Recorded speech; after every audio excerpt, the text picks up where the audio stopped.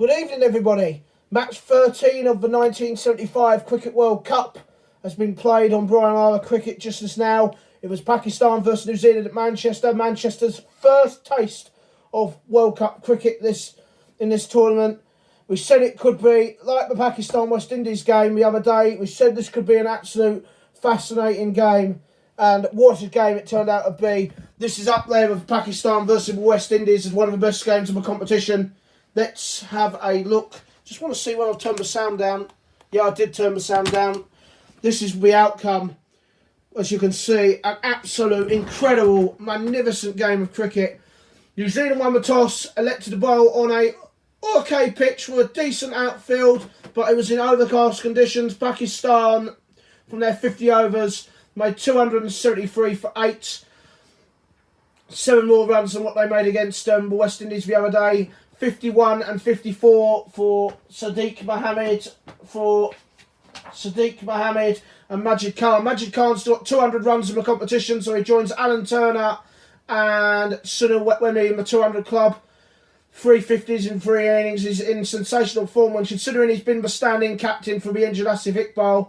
Asif Iqbal, we're hearing, will be back from his tennis elbow injury for the match against Kenya, which Pakistan will be playing next. So Majid Khan, who's captained Pakistan, will be relieved, as we will find out later on in this match report. 54, second 50 for Sadiq Mohammed. 48 for Syed Abbas, a duck for Mushtaq Mohammed. Wasim Raja 24. Another quick fire innings from Javed Mindrad, 46 of 34 deliveries, 25 from Perez Mir, 9 not out from Wasim Bari, 5 for Shahbaz Nawaz, and 9 for not out for Asif Masood. Let's have a look at the New Zealand bowling figures. Well, they all bowled their 10 overs again. 64 for naught for Brian McKechnie. He was very expensive. 57 for 2 for Headley Howarth. He was expensive, but he bowled tightly. 58 for naught for Richard Collange. 41 for 2 for Dale Hadley. He bowled very solidly. But the main man, 4 for 52 for Richard Hadley. Bowled aggressively. Went for a few runs, but 4 wickets. His first wickets of the tournament. Remember, he didn't take a single wicket against Kenya, but I think he only went for 10 runs in his 10 overs. 273 for 8. But listen to this. What a run chase this was. Utterly sensational. This was one of the games of the tournament. 9. An early wicket for Pakistan. 9 for the man who hit that world record 172 not out against Kenya, Glenn Turner, and they felt they were in business. They rebuilt a partnership of 121. 63 for John Morrison, 64 for Jeff Howarth. They got out. The spinners came on. The run rate went from one stage 4.9 and over to 6.6 and over, but 50 or 36 deliveries from John Parker turned the tide. There was some sensational innings. Brian Hastings got 20.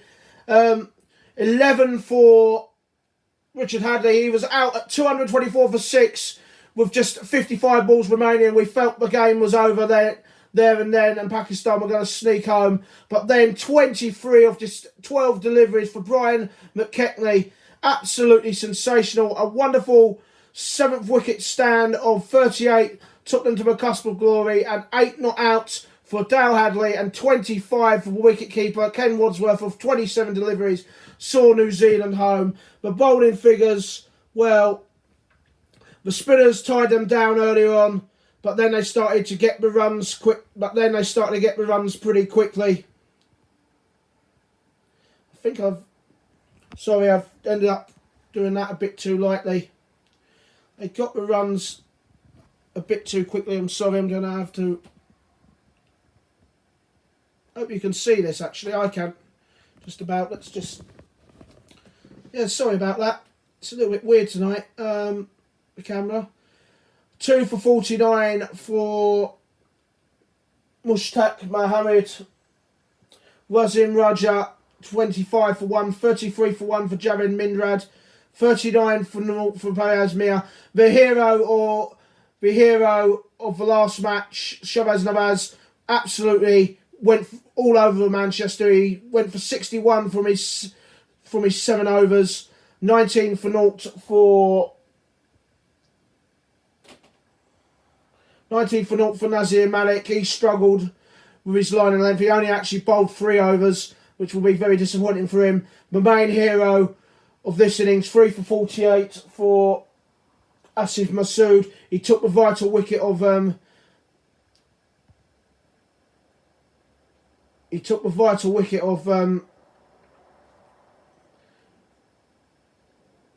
Glenn Turner, but unfortunately he just couldn't get the job done at the end of the day, and his bowling was absolutely sensational, but he ends up on the losing side. In the end, 224 for 7. They got home in 48.2 overs, so they won with 10 balls to spare. Match summary: Pakistan, New Zealand, Manchester. New Zealand won the toss and let the bowl on a good pitch in overcast conditions. Pakistan made 273 for 8. New Zealand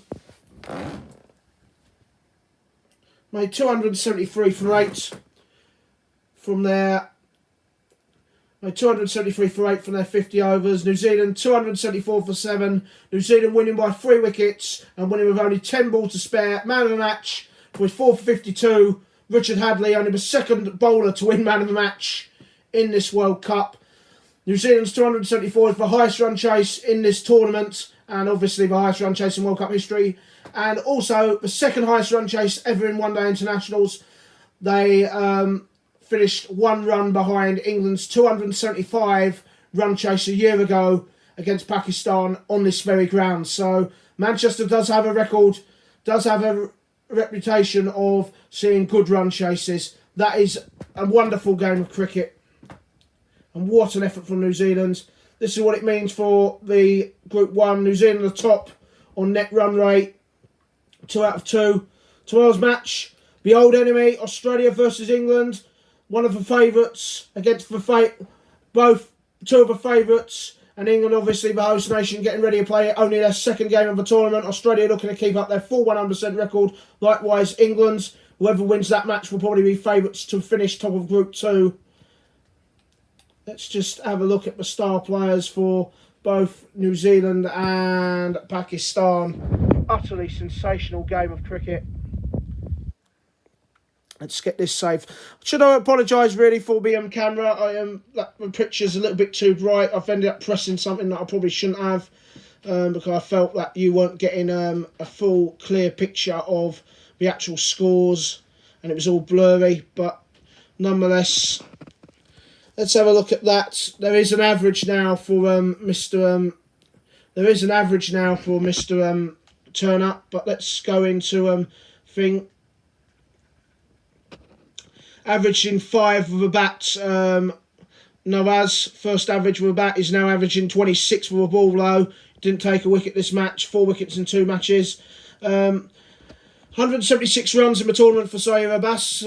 Fell short of what would have been his second 50. He's averaging 58 in 3 matches. Not too bad. Dale Hadley, 5 wickets in 2 matches, an average of 12, and he got 8 not out, so he's yet to get an average with a ball. But there's an average now for Glenn Turner. Is averaging 181. 172 not outs played a part in his high average. He was out for 9 today to get his first out of the tournament. But overall, if you have a look at that, got 2 people averaging in the hundreds, a couple of 50s there, but that will all change as the tournament progresses. So that was match report for match 13, Pakistan versus New Zealand. Again, I want to apologise really for the quality of the picture. I pressed the middle thing with my finger, hoping to get the picture a bit more less blurry. Unfortunately, it was a bit brighter, so I hope that you were able to see the scores, and obviously I commentated through it and gave you a thing. But that match, what can you say? Pakistan on the receiving end of 2 really, really close games. They've conceded 267 for 9 with 1 ball remaining, and 274 for 7 with 10 balls remaining. They just seem to lack a killer instinct, and you know, you feel for them because they've managed to get good scores. If they played against associate members, There's no question that 273 for 8 and that 266 for 7, which they managed against New Zealand and West Indies respectively, would have won them matches against associate members comfortably. This is turning out to be a chasing tournament. 8 of the last 10 matches in this World Cup has been won by the team chasing, i.e. batting second. And that's now 5 matches in a row that the team batting second has gone on and won the match. So it is proving to be a chasing tournament, even on flat wickets and even on pitches like today, which was a really good pitch, even in overcast conditions. Pakistan batsmen was sensational, but no one got on to get a big score. That's why Richard Hadlee won man of the match. He's only the second bowler to win man of the match in this World Cup. Tomorrow's match is one which we've all been looking forward to. My nose is itching quite a bit, sorry. It's Australia versus England. Australia, 2 wins out of 2. 2 pretty convincing wins against, well, an unconvincing win against Sri Lanka, but then a convincing win against India. England have only played Rhodesia and they played them, like with New Zealand, only 10 days ago, so they've had 10 days rest. Will that play into their hands? Australia love playing England. It is going to be a sellout crowd for that match tomorrow, and it promises to be, if it's anything like the 2 main matches in Group 1, Group 1's turning out to be a wonderful group. We've seen 2 classics, or 3 classics if you include the Kenya and United Emirates game at the Oval 5 or 6 days ago. That was sensational as well. So Group 1 is turning out to be a wonderfully entertaining group and very interesting. Pakistan need to lick their wounds, come back. Their next match is against the Rebels, is against Kenya, and then the Rebels South Africa 11. One more win probably will see them through to the quarterfinals, but they like to win both those games, so they go into the quarterfinals in good form. Like tomorrow's match, Australia-England, will probably decide who probably finishes top of Group 2.